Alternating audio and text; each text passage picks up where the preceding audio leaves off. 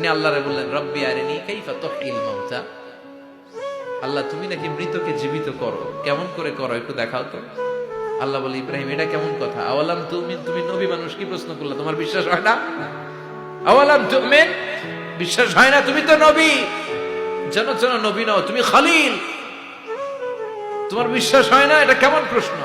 সাইয়েদনা ইব্রাহিম বললেন, বালা, বিশ্বাস হয়, ওয়ালাকিন লিয়াতমাইন্না কলবি, কিন্তু দেখলে ভাল লাগবে, দেখলে ভাল লাগবে, অন্তরটা ঠান্ডা হবে। এজন্য সবকিছু দেখে নেবেন, এজন্য ক্লিয়ার হয়ে নেবেন। ক্লিয়ার হয়ে নেওয়া সুন্নাত, ক্লিয়ার হয়ে যাওয়া। আল্লাহ আমি ক্লিয়ার হতে চাই, ক্লিয়ার হওয়া সাইয়েদনা ইব্রাহিমের সুন্নাত। সুবহানাল্লাহ পড়ে। আল্লাহ কেমন করে মৃতরে জীবিত করো তুমি দেখাও। আল্লাহ বললেন, 4টা পাখিরে টুকরা টুকরা করো, জবাই করো, টুকরা টুকরা করো, পায়ের সাথে মাথা মিশাও, মাথার সাথে কলিজা মিশাও, টুকরা টুকরা করে ওই পাহাড়ের মধ্যে ছিটিয়ে দিয়ে আস। এরপরে এই পাশে এসে সুম্মা দুহুন্না ইয়াতিনাকা সায়া, আমার নামে পাখিগুলারে ডাক দাও। উনি এই পাশে এসে আল্লাহর নামে টুকরো টুকরো করে ছিটিয়ে দিয়ে আসা পাখিগুলোর ডাক দিতে দেরি, মুহূর্তে পায়ের সাথে মাথা, মাথার সাথে বডি লেগে জীবিত হয়ে পাখিগুলো দৌড়ে সাইয়েদনা ইব্রাহিমের কাছে চলে এসেছে। আল্লাহর কোরআন সাক্ষী। ইয়াতিনাকা সায়া, এই যে আল্লাহর সাথে উনার কি ডায়ালগ মারছেন, এটা কোরআনে আছে না নাই? এইটা না থাকাতে সমাজে অনেক ভেজাল। কথাগুলো খেয়াল রাখবেন। রব্বি আরিনি কাইফা তুহিল মাউতা, আল্লাহ তুমি নাকি মৃতকে জীবিত করো। আল্লাহ বললেন, তোমার বিশ্বাস হয় না? সাইয়েদনা ইব্রাহিম বললেন, অবশ্যই হয়, কিন্তু দেখতে ভালো লাগবে, দেখলে অন্তরটা ঠান্ডা হবে। সুবহানাল্লাহ পড়ে। এজন্য সবকিছু ক্লিয়ার হয়ে নেবেন, ক্লিয়ার কাট, সুনিশ্চিত হয়ে নেবেন, দেখে নেবেন, বুঝে নেবেন।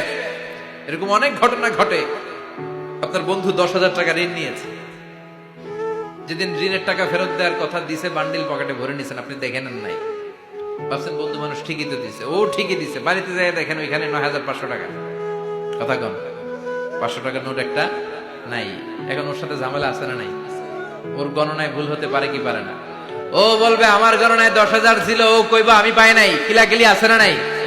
ঝামেলাটা এই কারণে আপনি দেখে নেন নাই। কথা বলেন।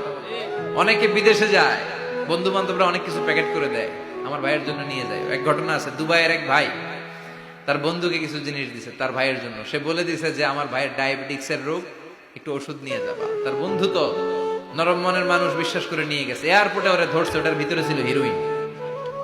ভিতরে কি ছিল? এজন্য ক্লারিফিকেশনের দরকার আছে না নাই? আপনি ক্লারিফাই করে নিলে কোনো সমস্যা হবে? সাইয়েদনা ইব্রাহিম বললেন, বালা ওয়ালাকিন লিয়াতমাইন্না কলবি, আল্লাহ অবশ্যই বিশ্বাস করি, কিন্তু দেখতে পারলে কলিজাটা ঠান্ডা হয়ে যাবে।